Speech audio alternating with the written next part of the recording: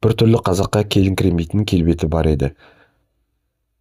Ғалия Алматының Талғар деген ауданының тумасы, топ-томпақ, момын, алайда жуастан жуан шығады демекші, жеңгелерімнің арасындағы төбелестерде көбіне көп осы жеңіп шығатын. Жасы бәрінен де кіші болғанмен біздің үйде жиі болып тұратын жеңге аралық соғыстарда басқалары секілді шыңғырмай, айқайламай, үндемей ғана төбелесе беретін. Ғалия жалының қатыны, қарсыласы Нәзигүл. Екеуі үнемі қырсығысып жүреді. Сондай бір ұрыстар кезінде Ғалиямыз үнін шығармай, табанды түрде сіресе-тіресе намысын қорғайтын. Қалған уақытта да жымын білдірмей тиесілі шаруасын жүргізе беретін. Кәкеннен алған атағы ұйғыр. Ол келген жағына байланысты қойылған болу керек. Мына сұлу келіншектің есімі Айгүл, Талдықорғанның қызы. Бұл жеңгеме ағам түгілі шалдан бастап бүкіл ауыл ғашық. Кәкен оған келген жағыңа байланыстырып ұзын татар деп ат қойды.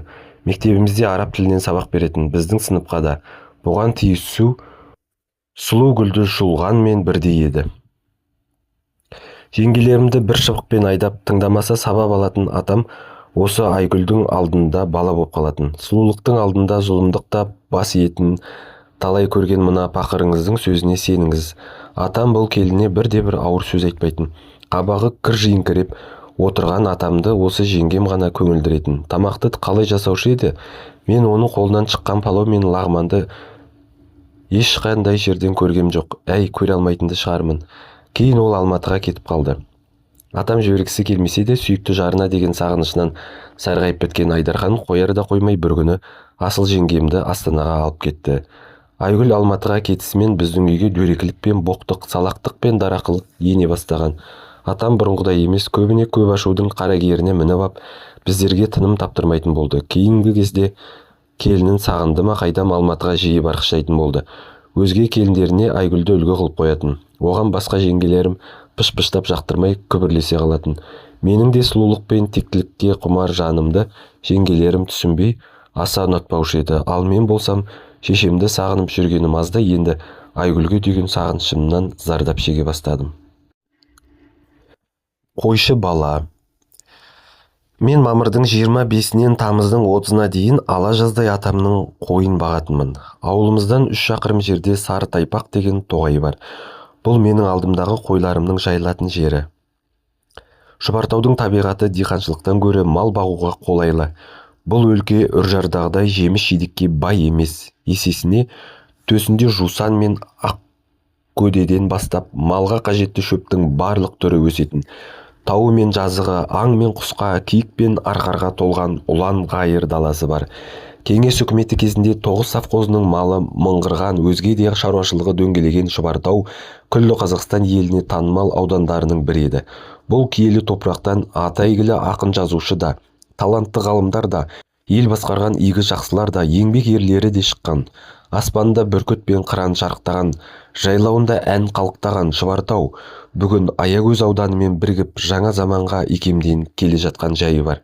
Өткен ғасырдың 90-шы жылдарында болған дағдарыс елді біраз күйзелтіп, шаруашылығын шайқап жібергенді. Менің атам сияқты өз ісіне құпты һәм еңбекқор адамдар ғана бұл дағдарыстан малының арқасында аман сау шығуға мүмкіндік алды. Атамның малы көп еді. Мен бағатын қойдың саны, қозы лағын қоспағанда, қошқары ешегі мен саулығының өзі 300 бастан асып шығылатын. Ірі қараның басы 20-ға жететін. Далаға қоя берген 2 үйір жылқысыз тағы бар. Бір үйірі кем дегенде 10-15 жылқыдан тұратын. Атам жылда бие байлап қымыз ашытатын еді. Мен жастайымнан аузымнан қымыз үзілмей құрт сорып, ет жеп өскен қазақтың қарапайым әрі денсаулығы мықты баласымын. Атқа мініп, қой бағудың, шалғы құсап, шөп шабудың қыр-сырын мен атамекенім Шұбартауда үйрендім. Осы құтты мекенде менің есею жылдарымда өтті. Менің жасым қазір 15-те. 12-мде атамекеніме оралған мен кәдімгі қойын құрттап, айранын ұрттап, табиғатқа еркелеп, тәңірге молдасыз сыйынатын нағыз қазаққа айналып қалған шағым. Төбелес пен қора сыртындағы күрестен шыныққан мен құрдастарымның алдымын, және сабақ үлгерімім де жақсы. Оның үстіне көрші қолаңымыз балаларына мені үнемі үлгі қылып мақтап отыратын, табиғатта өте сирек кездесетін қойшымын. Олай деуге менің толық хақым бар. Сіз оны қазір түсініп қаларсыз. Атам мені таңғы 5-те тұрғызып қойды өргіздіретін. Таңғы 5 ұйқының ең тәтті кезі. Тұрғың келмейді. Мен түгілі құс ұйқы шалдардың өзі кемпірін құшақтап бұл кезде ұйқының рахатына бөленіп жататын. Ал мен болсам бір кесе айранды төңкере салып, арқама ер-тоқымды артып ап, қойды айдап даланы бетке алып бара жатам. Атам таңғы шыққа бөгіп жатқан шөпке жайылған мал тез семіреді, әрі еті жұмсақ болады деп мені шығарып салатын.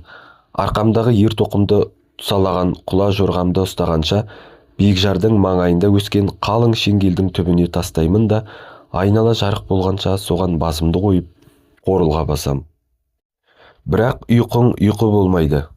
Біраздан кейін күн нұры маңдайыңды қыздырып, бар малдың азан-қазан даусына көміліп тұрғызып жібереді. Ер-тоқымды қайтадан арқаға лақтырып, безілдеп атымды іздеуге кетем. Бұл кезде менің қойларым ақ Үшкөлден ары асып кетеді. Оған дейін 4 шақырымдай жер бар.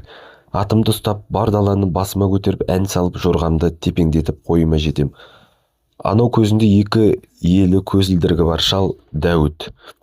Көзі нашар көргендіктен қойынан айырылып қалам деп малына жақындай береді де, алдындағы Шопан атаның тұқымына жайылуға мұрсат бермей күйдіретін. Мен бұл шалға қатты еркелейтінмін. Қойымды қайыра сап, Дәуіт ақсақалға шауып келем. Қойлары бытырай қашады. Жау қайдан келгенін білмей сасқалақтаған қария жан-жағына алақ-жұлақ қарап, шабан атын тебініп ойбайға басады. Мен қой ата, қорықпаңыз енді деп, мен қойшы атамды сабасына түсіре бастаймын. Ой, Оңғалидың күшігі сенбісің деп шал қуанып қалатын. Сосын қанжығасына байлап алып шыққан торсықтан қымыз ұрттататын. Дәуіт ақсақал көне қиссаларды жатқа соғатын ауылдағы дегдар қария. Мен сол үшін де бұны жақсы көрем. Ол бір талдың саясына түсіп, маған тал түске дейін қисса оқушы еді. Мен қой алыстап бара жатса, атқа қарғып мініп, екеудің қойын екі жаққа қайырамын. Сосын шалға ауылдағы жаңалықтарды айтам. Қаншама құпия арманымды да осы бір қасиетті шалға ғана ашқан едім. Ол арман қиялыма кәдімгідей ден қойып, тыңдап, бауырсақтай быртиған қолдарын жайып, бата беруші еді. Түске таман шапанның етегі жалпылдап, қойын қора жағына айдап кетіп бара жатушы еді. Мен малымның басын сиректас жаққа бұрамын. Сосын бір қырдың түбіне қойымды иіріп, кітап оқуға кірісем. Кітап демекші, осы бір әдетімнің арқасында талай қойды жоғалғанымды айта кетейін. Осыдан талай аузы күйген атам таңертең мені үсті басымды тінтіп кітап іздейтін. Талай кітапты тауып алып, тартып алған кездері де болды. Мен кітапты тығудың керемет амалдарын білетінмін.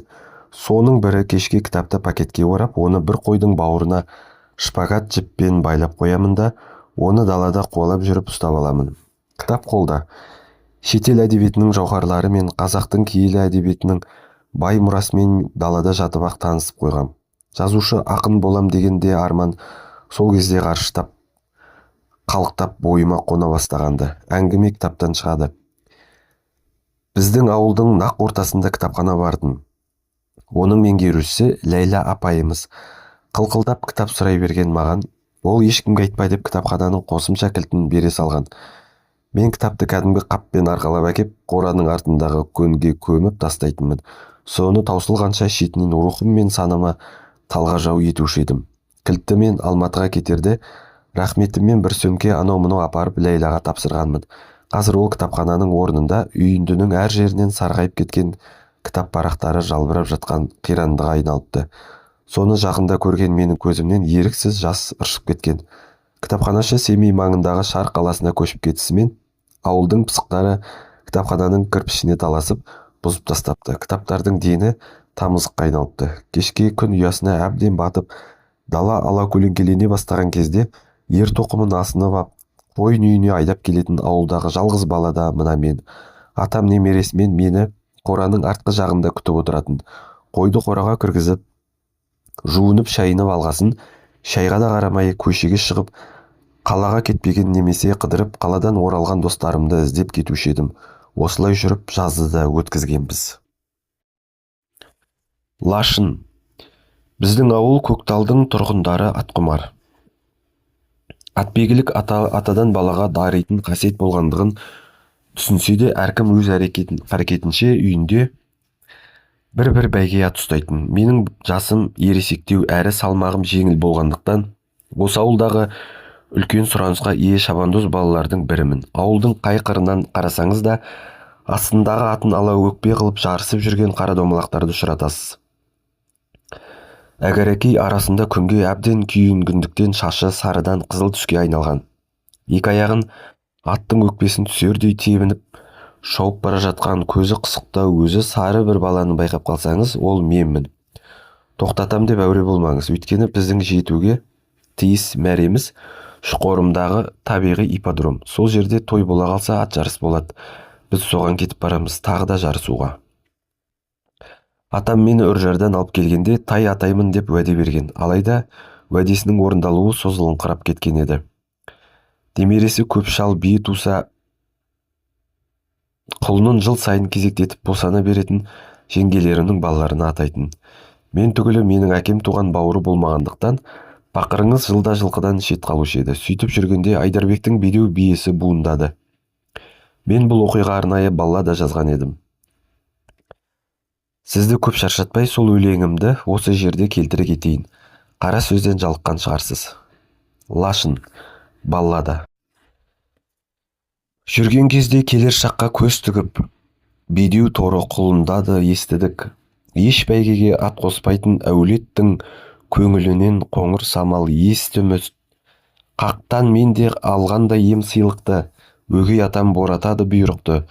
Құлыншаққа көзің тиер деп маған дәл сол күні өлер дейін шүйлікті. Берсе ғой деп сол биенің құлынын, тездек терем үзілгенше жолыным. Өгей шалдың қас қабағын бағамын, тумасам да баласы боп ұлының. Сәби едім келер күнге сенетін, сол құлыннан басқарманым жоқ еді. Қызғаныштан қып-қызыл боп жүрдім мен, қырсық шалдың немересі көп еді. Көңіліме тынымсыз күй бұйырды, бағып жатам жылқы келер қиырды. Тау етегі тобылғиды қап-қалың елестетер шұрқыраған үйірді. Құштарланған қиялымның күшімен атқа мінем, ол елес қой түсінем. Кіп-кішкене күдім-күдей кісінеп, қоңыр төбел құлын кірер түсіме. Бар мұңымнан сол қуаныш басым боп, құлынымды жүрдім жалғыз досым деп, арманымды біреу сезіп қоярдай, іштей ғана еркелетем лашын деп, құлақ оның қалар сонда дір етіп, тай боп өсті бір жарымдай жыл өтіп. Қырсық шалдан қорлықты көп көрсем де, жүруші едім лашынымды жыр етіп. Өзім мініп, өзім алғаш үйретіп, жүргенімде кетті талай сүйретіп. Ондай кезде мәз болатын қырсық шал сар сақалын иегінде билетіп. Қозы бақтым, қой құрттадым ашынып. Ала жаздай серік болды лашыным. Қарашада еркіндікке жібердім қалмасын деп мен секілді басылып. Сол кеткеннен қоңыр төбел жоғалды. Ал қырсық шал өй әкеңнің деп алды. Әкең деуі бер жағы ғой кәпірдің. Лашын үшін талай рет сапалдым. Мен де бірақ кесір едім қағынған. Ешбір жаққа кезім де жоқ жағынған. Кейін білдім қоңыртайды қырсық шал сатқан екен көрші ауылға соғымға. Мен де іштей өй әкеңнің деп алдым. Иә, солай қоңыр төбел жоғалды. Есесіне қоңыр дәптер ішіне жан сырымды өрнектейтін боп алдым. Бірте-бірте жырлар жаздым тәп-тәуір. Келмес жаққа жеттім жылдар кетті ауыр. Анда-санда азаптайды еске алсам, жүрегімді сол баяғы кектауыл. Лашыным-ай, үні келіп құлаққа, жаңғырық боп адасады жыраққа. Ол пегасқа айналды ғой мен үшін, аққанатты қоңыр төбел біраққа. Өтсе дағы есіл күн мен есіл түн, өмір бірақ керемет қой о шіркін. Өжет болып өскеніме өкінбен, тек сол үшін қырсық шалды кешірдім. Баллададан ұққаныңыздай соғымға сатылып кеткен мен сүйікті атымды Лашын деп атағам. Сол кезде теледидардан Лашын деген бір ақалтеке жылқысы туралы кино көрсететін. Соған ұқсастырып қойған түрім ғой. Лашын шынымен де Лашын еді. Екі құлағы қамыстай қайшыланып тұратын. Маңдайында кішкене ғана төбелі бар. Күрең тайды мен қант беріп үйретіп қойғам. Сосын тура кинодағыдай ысқырсам, маған қарай кісінеп шауып келуші еді. Мен тұмсығымнан құшарлана иіскеп сүйетімін. Лашынның бойынан сондай керемет жұпар аңқушы еді ғой. Тәңір маған сыйлаған сәйгүлікті адамдардың ашкөздігі құртты.